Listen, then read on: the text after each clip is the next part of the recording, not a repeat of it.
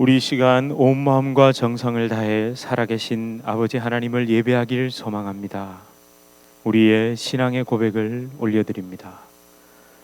전능하사 천지를 만드신 하나님 아버지를 내가 믿사오며 그 외아들 우리 주 예수 그리스도를 믿사오니 이는 성령으로 잉태하사 동정녀 마리아에게 나시고 본디오 빌라도에게 고난을 받으사 십자가에 못 박혀 죽으시고 장사한 지 사흘 만에 죽은 자 가운데서 다시 살아나시며 하늘에 오르사 전능하신 하나님 우편에 앉아 계시다가 저리로서 산 자와 죽은 자를 심판하러 오시리라.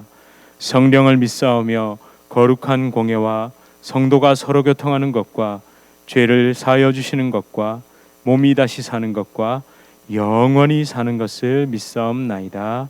아멘.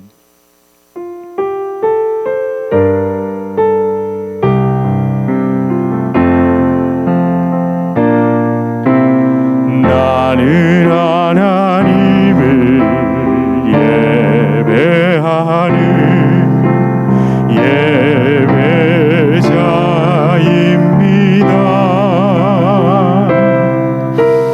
내가 서 있는 곳 어디서나 하나님을 예배합니다. 내 영혼 거룩한 은혜를 향하여 내 마음 완전한 하나님 향하여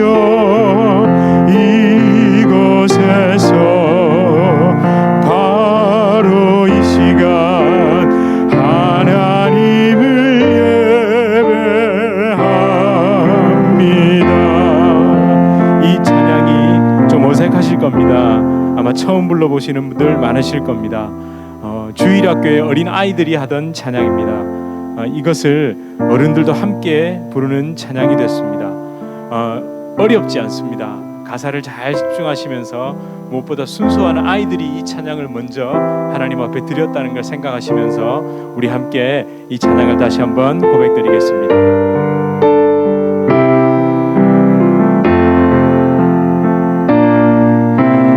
나는 하나님을 예배하는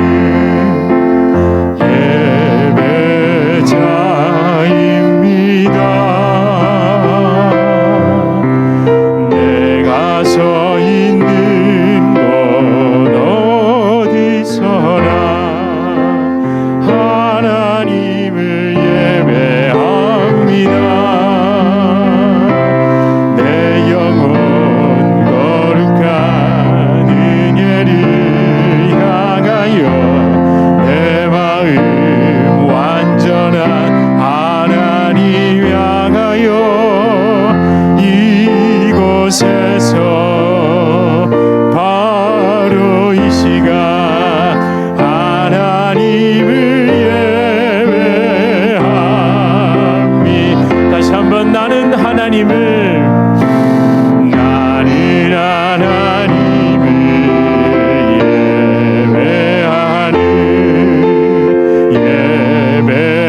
예배자입니다. 내가 서 있는 곳 어디서나 하나님을 예배합니다. 내 영혼 언제간 하늘을 향하여 내 마음 완전한 하나님 향하여 이곳에서 바로 이 시간 하나님을 예배하. 우리 가슴에 손을 얹고 고백할까요? 나는 하나님을 우리를 예배자로 예배하는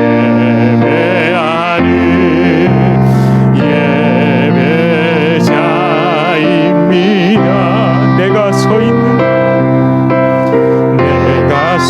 있는 곳 어디서나 하나님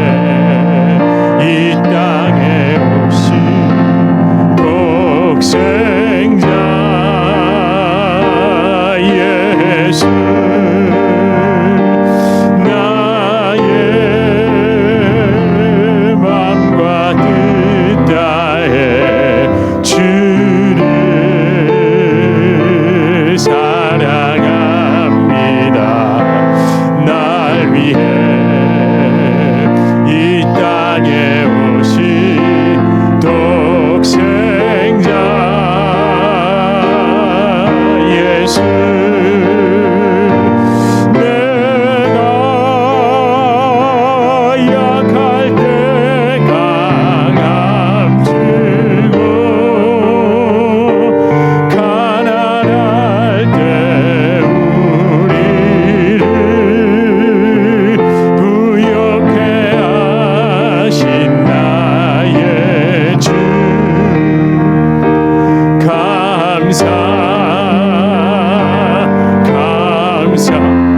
다시 고백할까요? 거룩하신 하나님을 높여드립시다. 거룩하신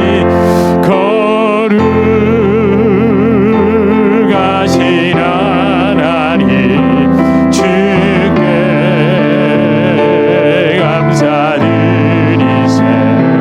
날 위해 이 땅에 오신 독생자 예수 나의 맘과 뜻 다해 맘과 뜻 다해 주를 사랑합니다.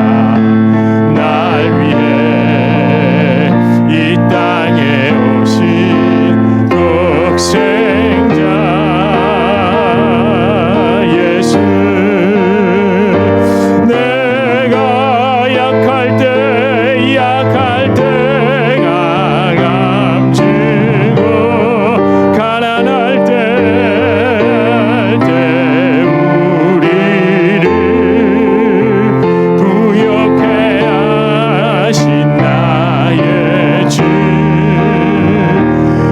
다시 한번 내가 약할 때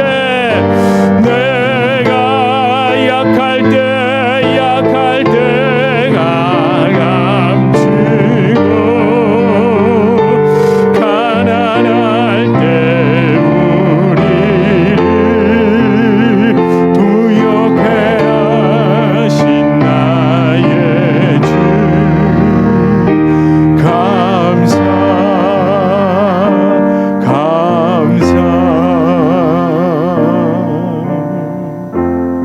우리 지금 예배 자리에 섰습니다. 지금까지 우리가 받은 것이 많고 적음을 떠나 내가 가난한지 부유한지 그런 상황이 아니라 지금 내가 겪고 있는 이 현실이 아니라 그 어떤 것으로도 측량할 수 없는 예수 그리스도의 그 은혜 때문에 이런 나를 다시 예배의 자리로 불러주신 그 은혜 때문에 우리는 감사할 수 있습니다.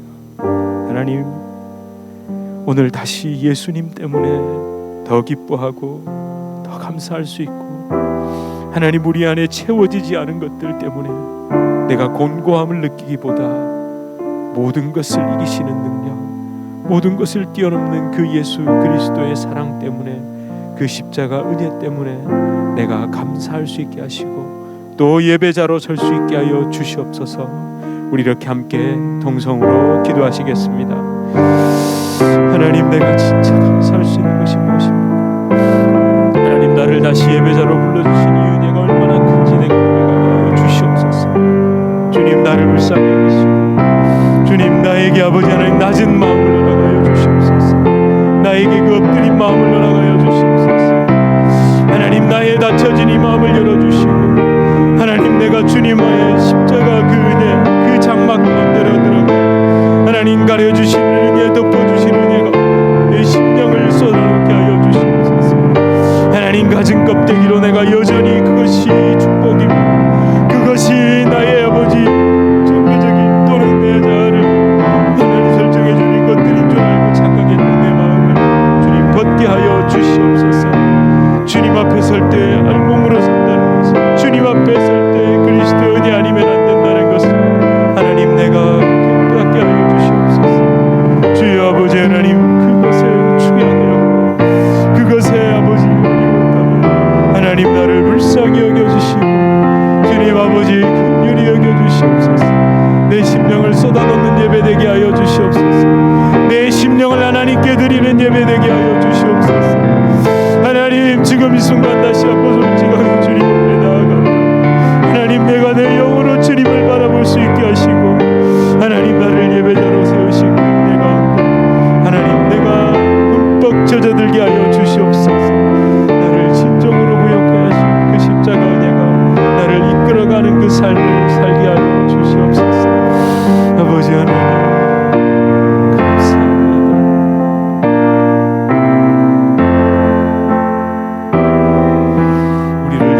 불러주신 주님을 다시 우리 함께 고백하고 찬양하고 높입니다.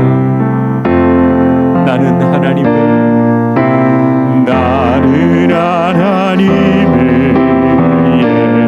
예배하는 예배자입니다. 내가 서 있는 곳 어디서나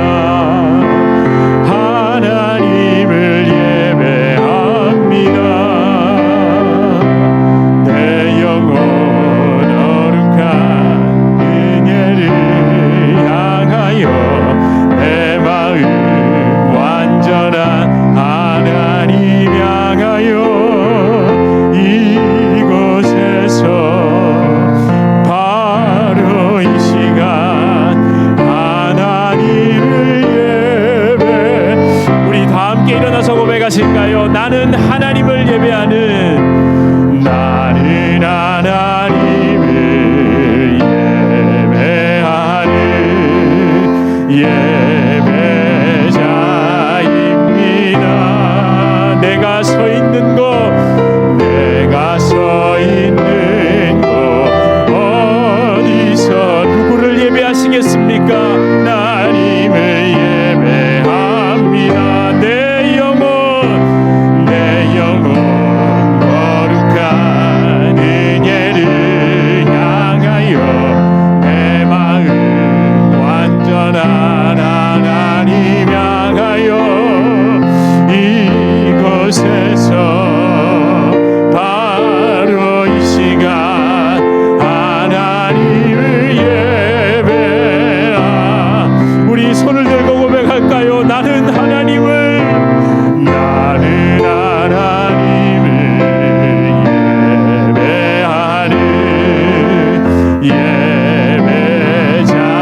예배자입니다.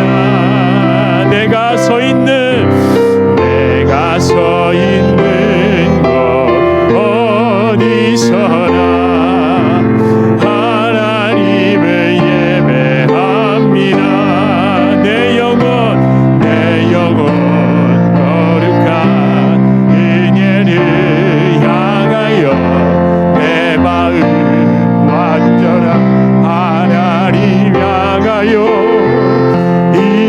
이곳에서 바로 이 시간 하나님을 예배하 내 영혼 거룩한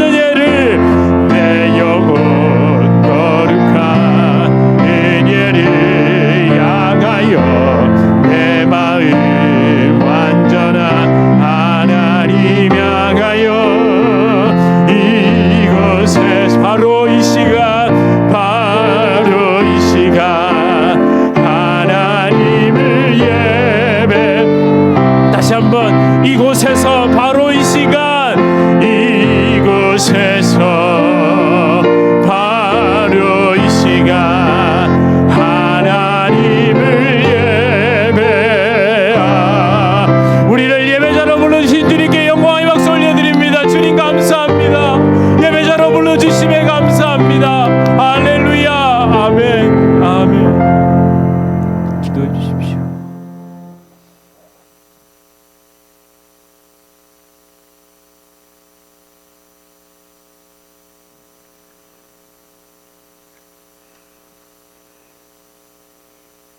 하나님 은혜를 감사합니다. 우리가 절망 중에도 소망으로 살 수 있는 것은 오직 하나님의 은혜입니다. 살면서 힘든 일이 많아도 참고 견디며 영원하신 하나님의 은혜만 기억하며 살기를 소망합니다. 지금까지 나를 붙잡아 주신 주님, 주님의 은혜를 잊지 않게 하옵소서. 불안하고 두려운 이 시국에 안식일을 주시어 예배를 드릴 수 있는 우리 주님의 교회 감사드립니다. 추수감사절을 맞이하여 더 깊은 감사와 찬양이 우리의 삶에서 나오도록 축복해 주옵소서. 우리의 생활 속에 언제나 주님의 의지로만으로 살아가게 하옵소서. 예수님의 이름으로 기도합니다. 아멘.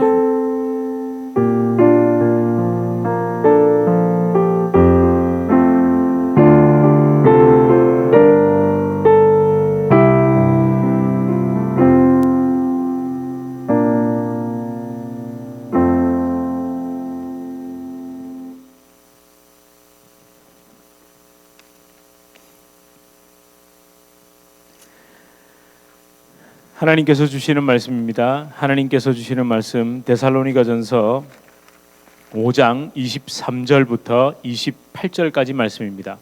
데살로니가전서 5장 23절부터 28절까지 말씀입니다.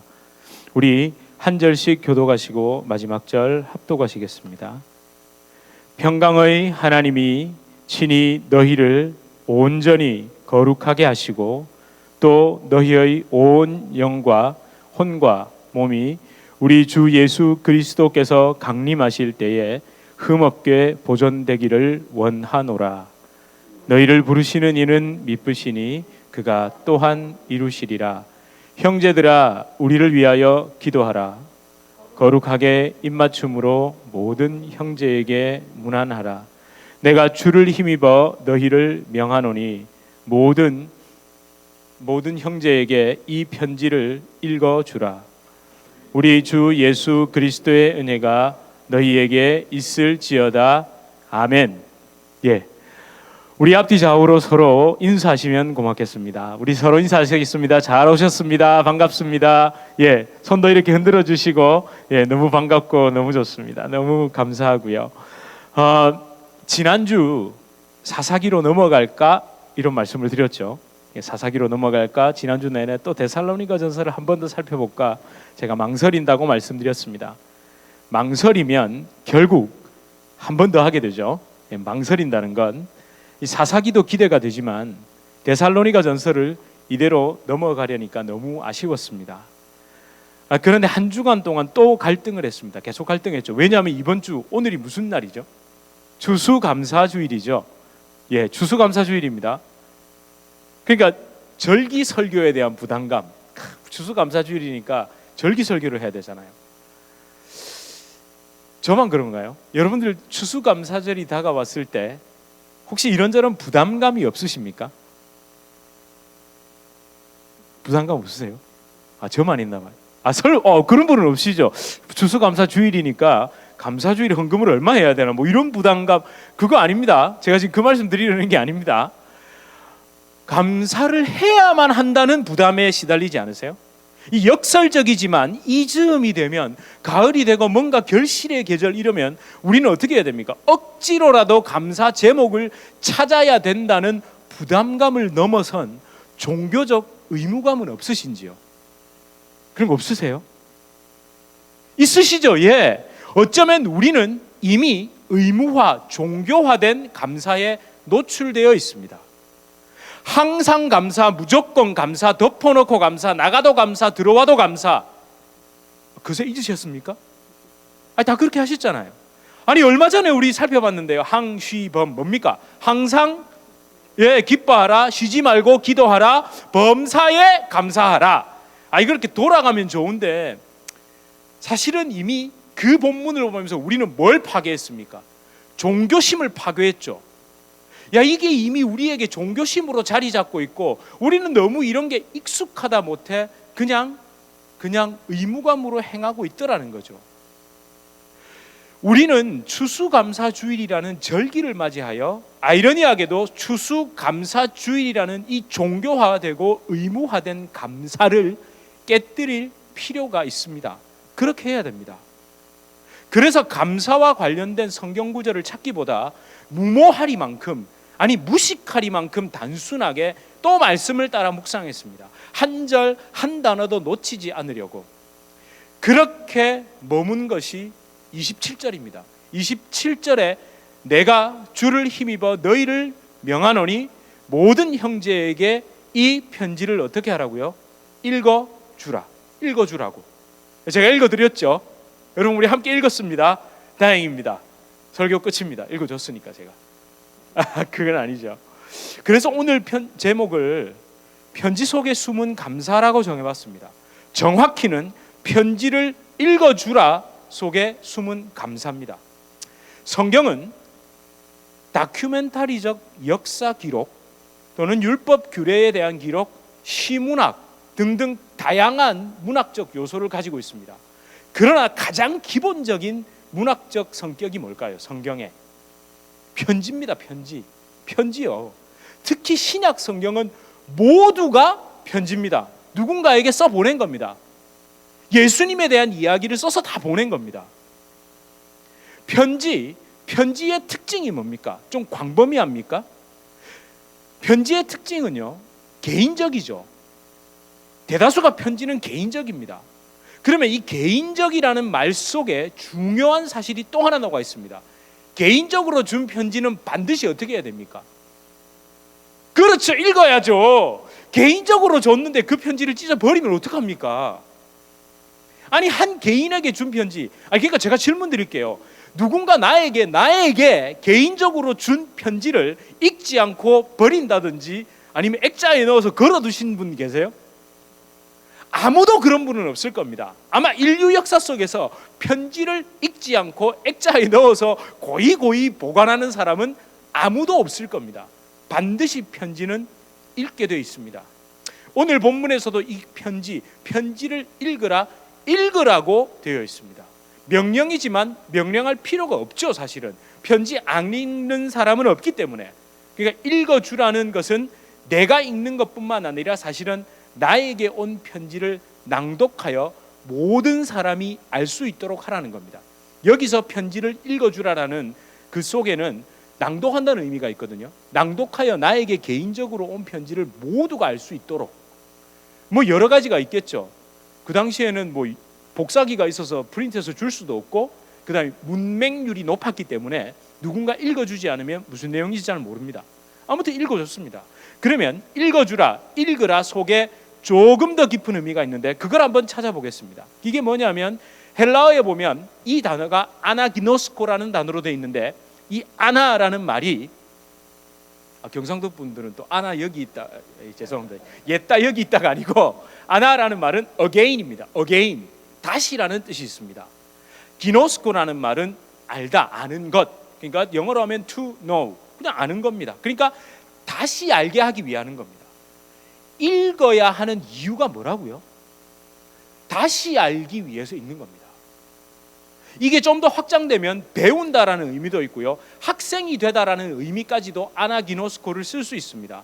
그리고 강의, 렉처에 출석하는 거 있죠. 강의실에. 아니 강의실에 왜 갑니까?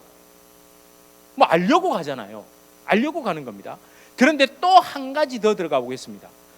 전혀 모르는 걸 아는 걸까요? 아니면 지금까지 내가 알고 있었던 걸 바로잡기 위해 아나기노스코 하는 걸까요? 글쎄, 1번도 맞지만 사실은 2번의 의미가 더 강합니다. 왜 그러냐면요, 이건 이미 인간의 본성을 한번 생각해 보십시오. 교육을 왜 할까요? 인간을 그대로 내버려두고 교육하고 가르치지 않고 그대로 내버려둬도 먹고 사는 데는, 마치 동물들처럼 사는 데는 지장이 있습니까? 없습니까? 없습니다. 본능대로 살아도 됩니다. 그런데 이 다시 읽으라는 속에, 즉 education, 다시 가르치고 뭘 깨달으라는 속에는 기존에 있는 것을 파괴시키고 기존에 잘못된 것을 바로잡기 위해 읽으라는 겁니다. 사실은 태어나자마자 본능을 다 가지고 있잖아요. 인간은 본능을 다 가지고 있다니까요. 본능대로 행하면, 그런데 우리 교육받은 사람들은 뭐라고 합니까? 그렇게 하면 안 된다라고 하잖아요. 그러니까 지금까지 내가 알고 있던 것을 깨뜨리기 위해, 지금까지 내가 생각하고 있던 것을 깨뜨리기 위해 읽어야 됩니다.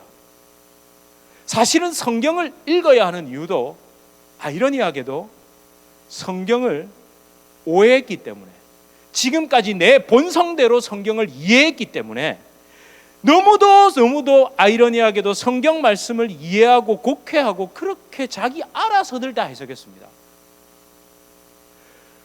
특별히 한국 기독교는요, 유교적 배경 속에서 들어왔기 때문에 유교적인 예수 그리스도의 생명을 싹 빼고 읽으면, 특별히 구약은 유교와 기가 막히게 상통하거든요. 일맥상통합니다. 사실은 그렇게 발전돼 왔습니다. 거기다가 비나이다 신앙이 있잖아요, 한국에. 비나이다 신앙. 그리고 옛날에도 꼭 무슨 큰일 앞두면 뭐 짓습니까? 특별히 삼국시대 그 유명한 통일신라, 신라시대 하면 뭐 짓죠? 사찰을 짓잖아요. 에밀레 종 만들고. 그래서 건물 짓잖아요. 그래서 그게 어디까지 흘러왔습니까? 아니, 우리 기독교는 성전 지어놓으면 일 다 한 거 아닙니까? 건물 하나 삐까뻔쩍하게 지어놓으면, 제가 만약에 하나 다 여기 와가지고 막 뉴저지 주님의 교회 이름으로 제가 하든지 거창하든지 건물을 딱 짓는 순간 저는 뭐 성공한 겁니까? 목회 성공한 거죠. 왜? 이민 1세대들이 다시 헌신하여 다시 주머니를 털고 하나님의 뭘 지었죠? 성전을 지어드렸다. 이거 신문에 날만한 일 아닙니까? 아닙니까? 맞습니다. 제가 그걸 폄하하려는 것이 아니라, 저도 그렇게 우리 1세대 분들이 지어놓은 그 성전에서 자라났습니다. 근데 거기서 머물러야 합니까? 제가 그러면 또다시 건물을 또 지을까요? 그게 아니죠. 거기서 한 발짝 나가는 게 여러분들 1세대 분들이 저같이 젊은 세대들에게 원하는 바 아니십니까? 제가 또 지을까요? 헌신하시겠습니까? 한 번 더 헌신하실래요? 그럼 저 얼마든지 할 수 있습니다. 요즘 홈디포를 자주 가가지고 어디에 무슨 자재가 있는지도 알고 뭘로 다 해야 되는지도 조금 공부를 했거든요. 그런 거 좀 좋아합니다. 제가 이 도구 이런 걸 굉장히 좋아하거든요. 기회가 닿으면 이 예수님이 목 쓰셨으니까 저도 그걸 한번 배우면 뭐 이런 생각도 합니다. 그냥 제가 재밌자고 한 얘기고요. 십자가의 복음을 현세의 축복과 내세의 천국, 또 거기서 받을 축복으로 우리는 이해했고 잘못 오해하고 있었습니다. 그것도 인간의 이성, 경험, 육체 따위로 이해한 것으로 생각하고 있었죠. 그래서 성경을 다시 읽어야 합니다. 안다고 생각할수록 성경을 더 낮은 마음으로 다시 읽어야 합니다. 횟수가 아닙니다. 예수님을 발견하기 위해 읽으셔야 합니다. 성경을 통해 예수님을 발견하지 못하면, 그분의 십자가를 발견하지 못하면 읽을 필요가 없습니다. 예수님과 그분의 십자가에 못 박히는 그 이야기, 그 못 박힘을 위해 성경을 읽지 않으면 안 읽는 게 오히려 나을지도 모른다는 거죠. 이거 제 말이 아닙니다. 이미 성경에서 읽어라, 그러니까 아나기노스코의 용례를 다시 살펴볼 필요가 있습니다. 제가 다 말씀드릴 수 없어서 중요한 거 딱 3가지만 말씀드릴게요. 딱 3가지만. 첫 번째입니다. 사도행전 8장 28절에서 30절입니다. 한번 읽어보실까요? 사도행전 8장 26절부터 30절까지입니다. 한번 천천히 읽어볼게요. 시작. 주의 사자가 빌립에게 말하여 이르되 일어나서 남쪽으로 향하여 예루살렘에서 가사로 내려가는 길까지 가라 하니 그 길은 광야라. 일어나 가서 보니 에디오피아 사람 곧 에디오피아 여왕 간다게의 모든 국고를 맡은 관리인 네시가 예배하러 예루살렘에 왔다가 돌아가는데 수레를 타고 선지자 이사야의 글을 읽더라. 요겁니다. 그러자 시작. 성령이 빌립더러 이르되 이 수레로 가까이 나아가라 하시거늘 빌립이 달려가서 선지자 이사야의 글을 읽는 것을 듣고 말하되 읽는 것을 깨닫느냐? 대답하되 지도해 주는 사람이 없으니 어찌 깨달을 수 있느냐 하고 빌립을 청하여 수레에 올라 같이 앉으라 하니. 자, 이게 무슨 내용입니까? 너무 잘 아시는 내용이죠. 빌립 집사가 에디오피아 네시에게 전도하는 내용입니다. 이 네시는 어떤 사람이었습니까? 유대교를 믿고 있는 사람이었습니다. 그가 평생의 소원이었던 뭡니까? 예루살렘에 가서 예배드리는 것, 유월절 지키는 게 평생의 소원이죠. 그렇다니까요. 지금도 왜 지금 예루살렘에다가 제3성전을 유대인들이 만들려고 하는데요? 그 성전 건물 지어놓고 자기들 제사 지내려고 그러는 거라니까요. 그 평생에 그거 하러 갔는데, 갔다가 돌아오면서 본국으로 돌아가면서 유대일 명절을 지키고 유월절을 지키고 돌아가면서 뭘 읽고 있었다고요? 이사야서를 읽고 있었습니다. 왜 읽었을까요? 이걸 또 신비적으로 해석합니다. 하나님이 막 이사야서를 읽어라 이래가지고 읽었다는 거예요. 그럴 수도 있겠죠. 그런데 그거 뭐 그렇게 복잡하게 생각할까요? 꼭 그렇게 굳이 신비적으로 해석해도 될까요? 그럴 필요 전혀 없습니다. 유대교를 믿으면서 어디에까지? 예루살렘에까지 갈 정도면 그 길 가는 동안 여러분이라면 뭐 하시겠습니까? 우리 좋아요. 성지순례 가면서 비행기 안에서 뭐 하실래요? 그래도 성경을 좀 읽어보셔야 되지 않겠습니까? 그렇죠. 그 길 동안에 이미 전부터 성경을 읽었겠죠. 근데 그것뿐만이 아닙니다. 사실은 그에게 처음 지식이 있었죠. 무슨 지식이었습니까? 유월절을 지켜야 된다는 말은 뭡니까? 흠없고 티없는 어린 양을 드리는 제사를 드려야 된다라는 그 처음 지식이 그 머릿속에 있었기 때문에 어디로 간 겁니까? 예루살렘을 향해 간 거죠. 근데 그 처음 지식이 무엇 때문에 흔들렸겠습니까? 예수님의 십자가 사건 때문에. 십자가 사건만 있었습니까? 3일 뒤에 예수님이 부활했대요. 그게 예루살렘 성, 온 성을 소란하게 했습니다. 그것만 있었습니까? 오순절 성령 강림 사건이 있었고, 도망갔던 그 제자들 베드로가 성전에서 설교를 합니다. 누가 유월절 어린 양이다. 누가 흠없고 티없는 어린 양이시다? 예수 그리스도시다. 그때 십자가에 못 박혀 죽으신 그분이다. 그분이 어린 양이시다라는 얘기했잖아요. 스데반 집사도 그 얘기했다가 죽었잖아요. 성전 껍데기가 아니라 진짜 그 성전 제사를 완성시키신 분 예수님, 우리는 지금까지 헛짓하고 있었다. 그러니까 여러분이 간닥의 예시라면, 그 에티오피아 내시라면 돌아가는 길에 뭘 읽어보시겠습니까? 이사야서 53장 7절 이하에 예수 그리스도의 고난, 그 어린 양, 흠도 없는 어린 양이 당하는 고난에 대하여 그가 도살자에게로 가는 양과 같이 끌려갔고, 맞아 끌려갔지. 털 깎는 자 앞에 있는 어린 양의 조용함과 같이 맞네? 빌라도가 얘기해도 대답을 안 해. 그 억울함을 당했는데도 아무 말을 안 하. 이게 뭐지? 입을 열지 아니하여. 여러분 안 읽어보시겠습니까? 그 마음에 이미 움직이고 있는 겁니다. 그 말씀을 보니, 그래서 깨닫는 자인 누구, 지도해 주는 사람이 누굽니까? 빌립을 통해 사실은 그분이 예수님이십니다 라는 확증을 받자 그가 뭘 받았습니까? 세례를 받게 된 겁니다. 성경 속에, 편지 속에 숨어있는 누구를 발견해낸 겁니까? 예수님을 발견해낸 겁니다. 또 있습니다. 이제 두 번째입니다. 아직 2개 더 남았습니다. 주무시면 안 됩니다. 눈을 또록또록 뜨시고. 두 번째가 뭡니까? 누가복음 4장 16절입니다. 이건 예수님이 직접 하신 말씀입니다. 함께 읽어보실까요? 시작. 예수께서 그 자라나신 곳 나사렛에 이르사 안식일에 늘 하시던 대로 회당에 들어가사 성경을 읽으려고 서심해.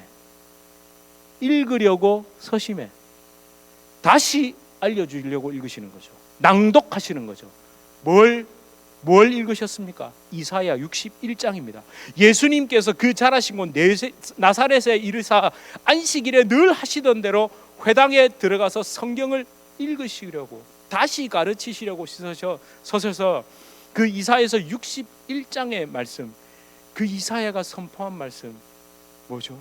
성령이 내게 임하셨으니 이는 가난한 자에게 복음을 전하게 하시려고 내게 기름을 부으시고 나를 보내사 포로된 자에게 자유를, 눈먼 자에게 다시 보게 함을 전파하며 눌린 자에게 자유롭게 하시고 또 주의 은혜의 해를 전파하게 하려 하심이라. 이걸 읽으셨죠.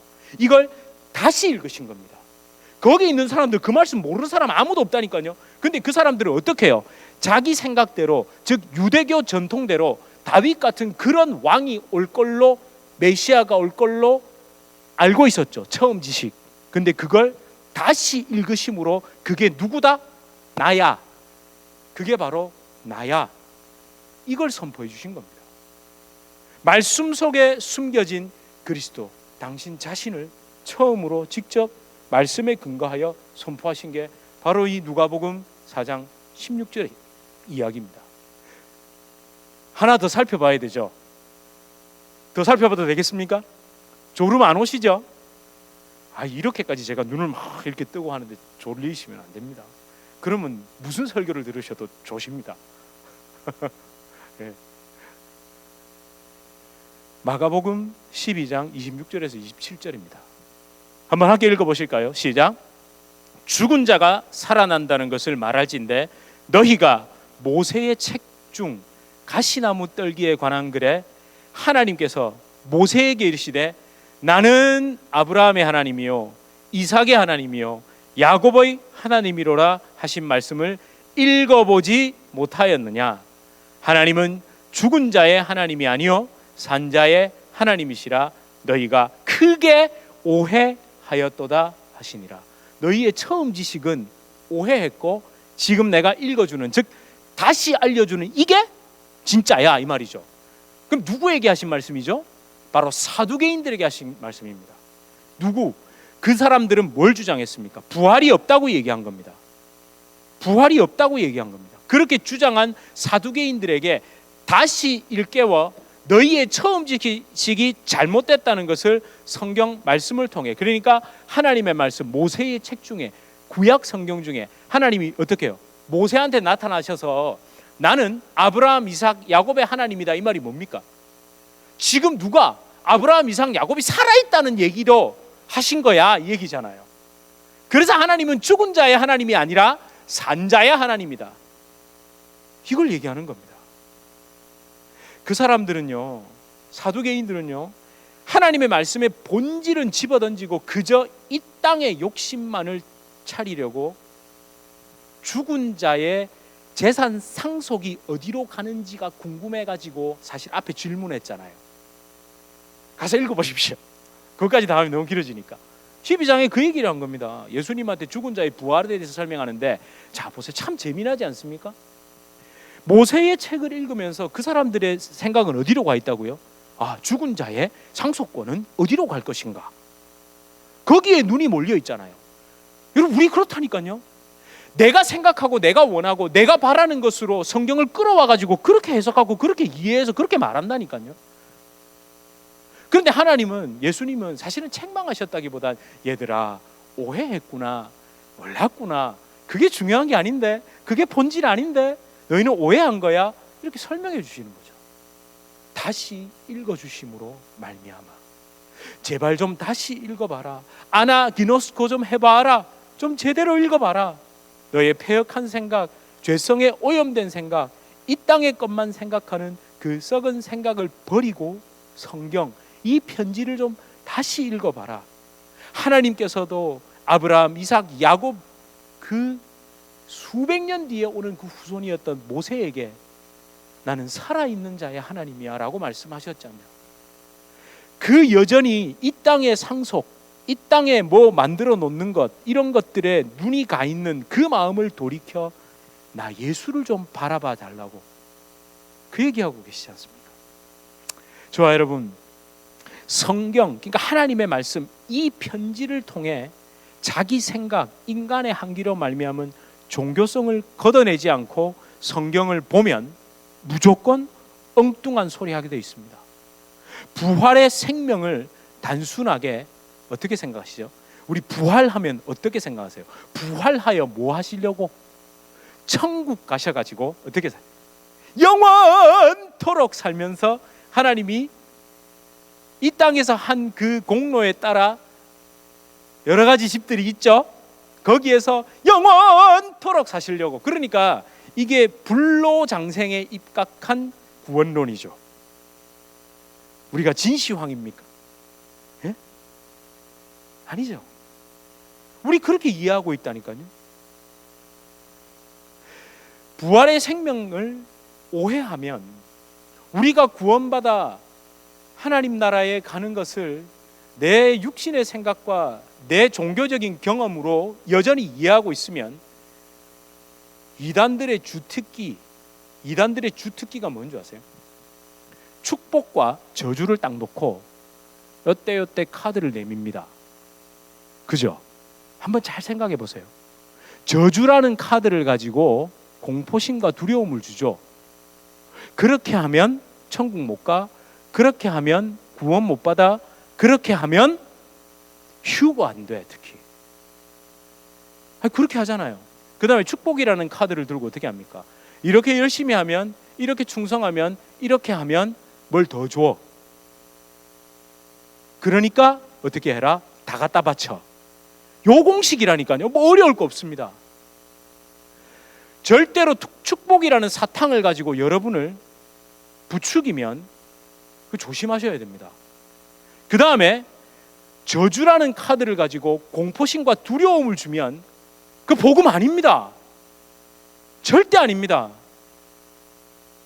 아니, 우리 데살로니가 전서를 살펴보면서 저는 그게 확실히 다가오던데요. 아니, 다가왔는데 저희 집사람이 그런 얘기 하더라고. 휴거라는 말이 한자인 줄도 몰랐대요. 그리고 휴가 무슨 휴였다고요? 붙들린다는 뜻이었다요. 붙들릴 휴, 딱 붙잡힐 휴이고 그거가 들리는 거잖아요. 뭐에 붙들리죠? 자석인가요? 하나님이 위에서 뭐 이렇게 UFO 영화 보면 쫙 빨아당기는 뭐 그런 건가요? 왜 그 생각을 한 번도 안 해보십니까? 도대체 뭐에 붙들려서 들림 받는 겁니까? 십자가잖아요. 십자가 언약에 붙들림 받아 들림 받는 건데 우리는 휴거를 어떻게 하면 들림 받고 어떻게 하면 들림 안 받죠? 그렇죠. 짐승의 표 받으면 들림 못 받고 안 받으면 들림 받고. 이게 뭐냐? 행위 구원에 입각한 겁니다. 이게 나도 모르게 거기에 걸려 넘어진다니까요. 이제 뉴저지 주님의 교회 성도님들은 절대 안 걸려들 줄 믿습니다.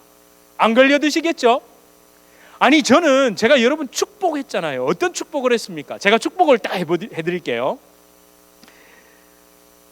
666 짐승의 표 이런 거 신경 쓰지 마십시오.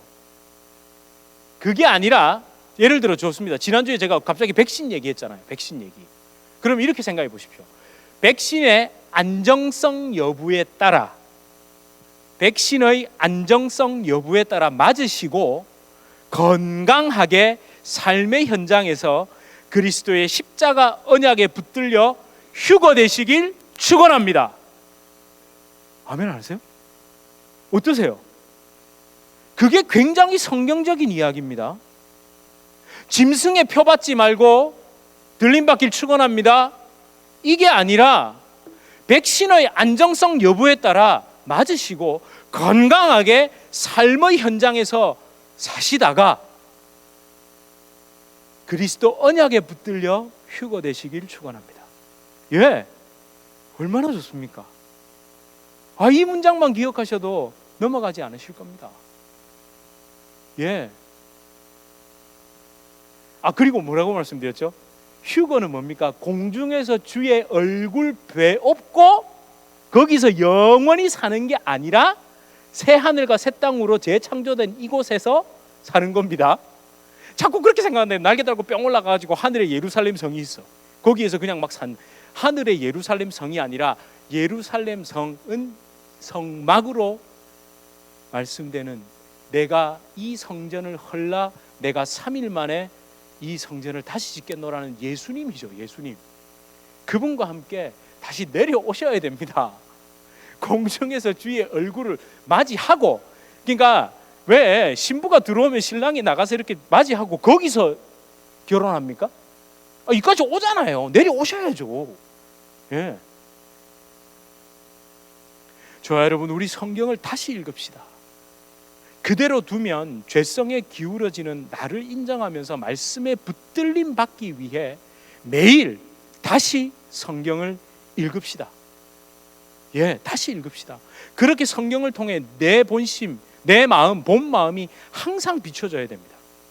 정말 심령으로 하나님의 말씀, 이 편지를 읽으면 달라집니다. 변화됩니다. 편지 속에 숨은 감사, 진정으로 감춰진 생명의 진리가 보입니다. 제가 편지 자랑을 하려고 좀 가져왔습니다. 편지 자랑하려고 편지 3개를 가져왔거든요. 사실 저희 아이들이 저한테 준 편지입니다. 한국에서 온 지 얼마 안 됐기 때문에 한글을 잘 써서 그냥 이렇게도 만들어 줍니다. 근데 제가 여기 막내가 써준 거는요, 아무래도 얘는 이제 영어가 많더라고요. 영어가 익숙하다 보니까 그런 건지. 근데 저 위에 2 녀석이 이제 사춘기도 접어들고 그러고 있는 아이들이 저한테 써준 편지가 있는데, 제가 이 내용을 한번 읽어드릴까요? 안 깁니다. 하나도 안 깁니다. 좀 봉투도 만들었어요. 그 남자애가 이랬었어요. 항상 여러 가지로 다, 그리고 이 물결 표시를 하고, 다 감사합니다. 아침마다 밥 해주시는 거 등등 행복한 날 보내세요. 왜 제가 아침마다 밥 해주시는 거 등등, 이걸 한번 기억해 보십시오. 그리고 둘째 녀석은 이렇게 또 예쁘게 여자라고 이렇게 봉투에다가 알약처럼 약국이라고 뭘 만들었는데, 그 중에 하나를 제가 읽어드릴게요. 뭐라고 써놨냐면요, 아빠, 내가 자꾸 아빠가 싫어하는 거 해서 미안해. 근데 나도 딸이 처음이라 많이 서툴어. 그러니까 어른인 아빠가 좀 봐줘. 나도 노력하고 있으니까 우리 같이 노력하자. 아빠 사랑해. 이렇게 했습니다. 부러우세요? 팔불출처럼 자랑했는데, 제가 이 말씀을 드리려고 하는 게 아닙니다. 아까 편지는 어떻게 해야 된다 그랬죠? 읽어야 된다 했습니다. 그때 읽었습니다. 그리고 제 책상 서랍 속에 넣어뒀습니다. 사실은 다시 읽어보려고 넣어둔 겁니다. 특히 딸아이는 이 4개 알약이 하나씩 해가지고 제가 이제 왜 쿠폰처럼 쓰면 지가 제 말을 들어주는 거예요. 근데 그걸 넣어뒀는데, 정말 편지하다가 억지로 예화할 걸 한번 생각하다가 그게 생각나서 꺼냈는데, 제가 이걸 읽고 참 많이 속으로 울었습니다. 다른 이유가 아닙니다. 이때 왜 아이들이 밥 해주는 거라고 그거 감사하다고 쓴 줄 아세요? 왜 제가 저한테 아빠 싫어하는 거 많이 해서 미안하다고 쓴 줄 아십니까? 그때 제가 한창 코로나 사태로 아이들 밥 챙겨주느라 힘들었거든요. 그래서 짜증을 좀 냈습니다. 내가 무슨 밥 하는 사람도 아니고 왜 이러냐고. 먹는 걸 너무 좋아해가지고 그걸 하기가 힘들더라고요. 그랬더니까 좀 미안했는지 이걸 쓴 거예요. 얘들이 방을 같이 쓰니까 막내가 엄청 어질거든요.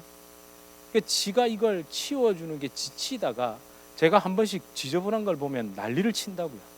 그날도 폭탄을 집어 던졌습니다. 왜 이렇게 더럽게 해놓냐고 난리를 쳤거든요. 제발 그거 하나를 못 치우냐고. 그랬더니 지가 이제 이렇게 쓴 거예요. 저보다 낫죠. 근데 제가 이번 주에 똑같은 일로 그 먹는 것 문제와 아들 녀석에게 또 청소 문제로 또 터뜨렸습니다. 불같이 화를 냈습니다. 제가 이걸 읽고는, 이걸 읽었더라면 저렇게 자기들도 노력하겠다라고 하는데 왜 내가 그날 그 성질을 냈을까? 창문 벽에다가 뭐라고 붙여놓은 줄 아세요? 아들 녀석이 주는 대로 먹자.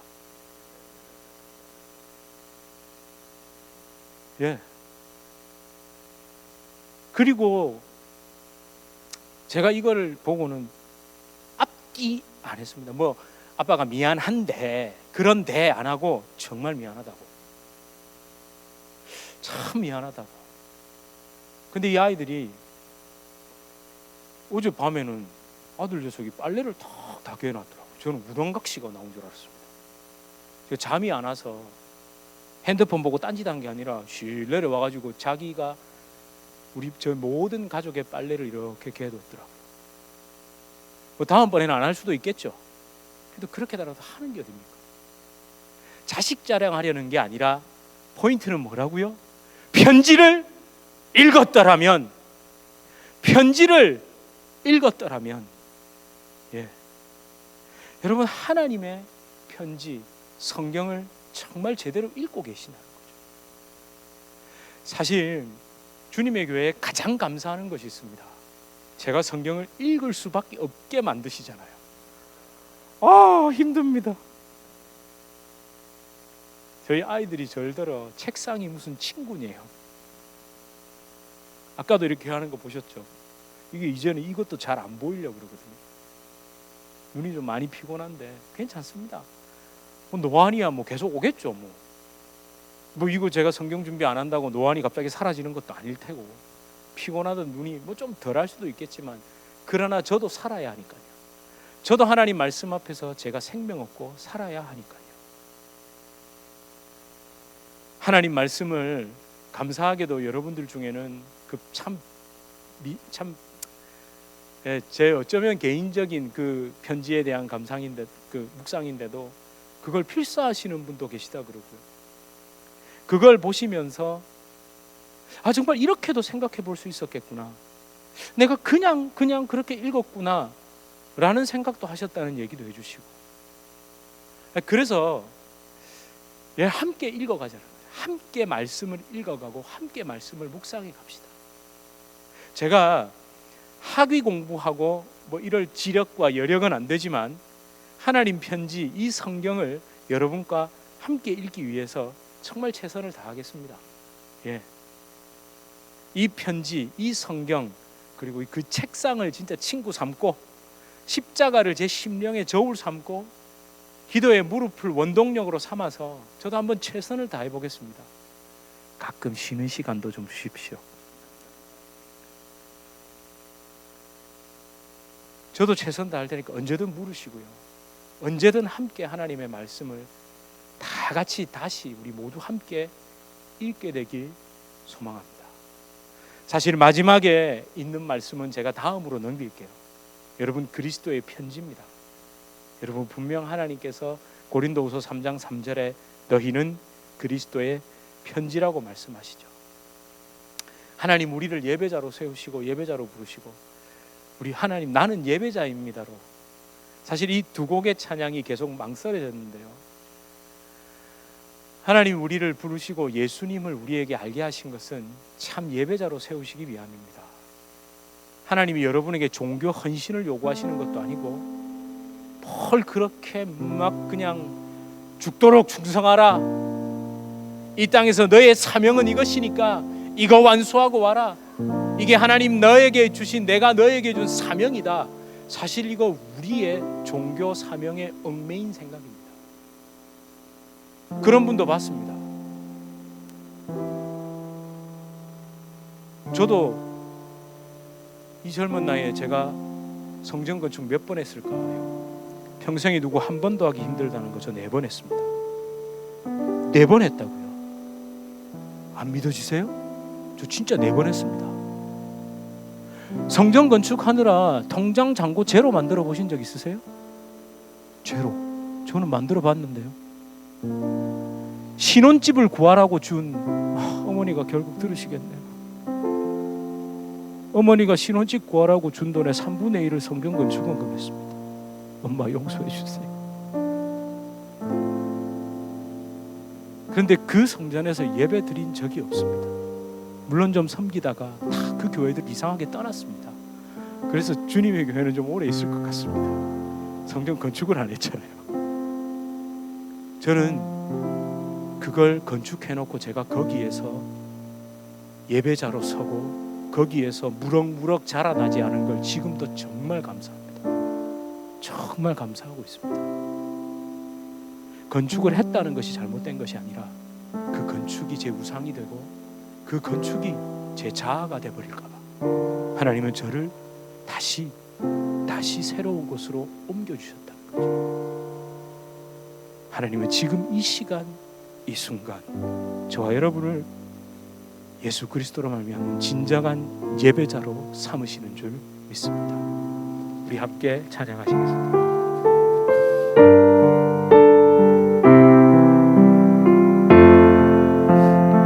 나는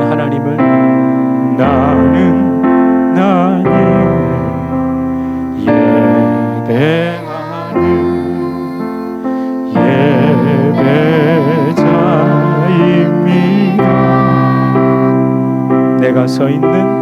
내가 서 있는 곳 어디서나 하나님을 예배합니다. 내 영혼 거룩한 은혜를 향하여 내 마음 완전한 하나님 향하여 이곳에서 바로 이 시간 하나님을 예배합니다. 나는 하나님을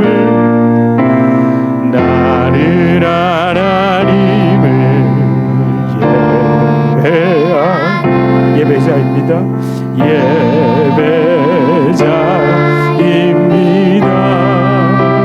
내가 서 있는 곳 어디서나 하나님을 예배합니다. 내 영혼 거룩한 은혜를 향하여 내 마음 완전한 하나님 향하여 이곳에서 바로 이 시간 하나님을 예배합니다. 여러분을 예배자로 부르셨습니다. 예수 그리스도를 우리의 생명으로 주셨기 때문입니다. 하나님 성경을 다시 읽어보면 그런 말이 아닌데 자꾸 예수님 놓치고 예수님의 십자가 놓치고 또 그렇게 보고 있습니다. 주여, 내가 다시 내 마음을 향합니다. 내 마음이 거룩한 은혜, 그 완전하신 하나님의 사랑을 향해 갑니다. 하나님, 나를 긍휼히 여겨주십시오. 내 안에 주님을 향한 그 감사한 마음이 하나님 흘러넘치게 하셔서 진정한 그리스도의 편지의 삶, 그 삶을 살게 하여 주시옵소서. 우리 이렇게 함께 기도하시겠습니다. 하나님 이곳에 나를 예배자로 부르십니다. 하나님 이곳에 아버지, 하나님 감사합니다. 하나님 나를 예배자로 부르시옵소서. 하나님 나를 이곳에 다시 부르시옵소서. 하나님이 오 주여, 그리스도 십자가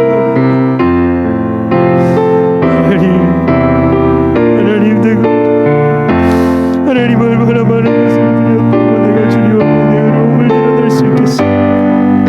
하나님, 내가 얼마나 주여 역사하시고 주여 아버지 하나님, 너무너무 허망한 것들이 주님 하나님이 감사해 주님, 내가 참으로 주님 하나님을 예배하는 이것이 가장 아버지 하나님, 내 영혼 거룩한 은혜를 향하여 내 마음 완전한 하나님 향하여 이곳에서 바로 이 시간 하나님을 예배합니다.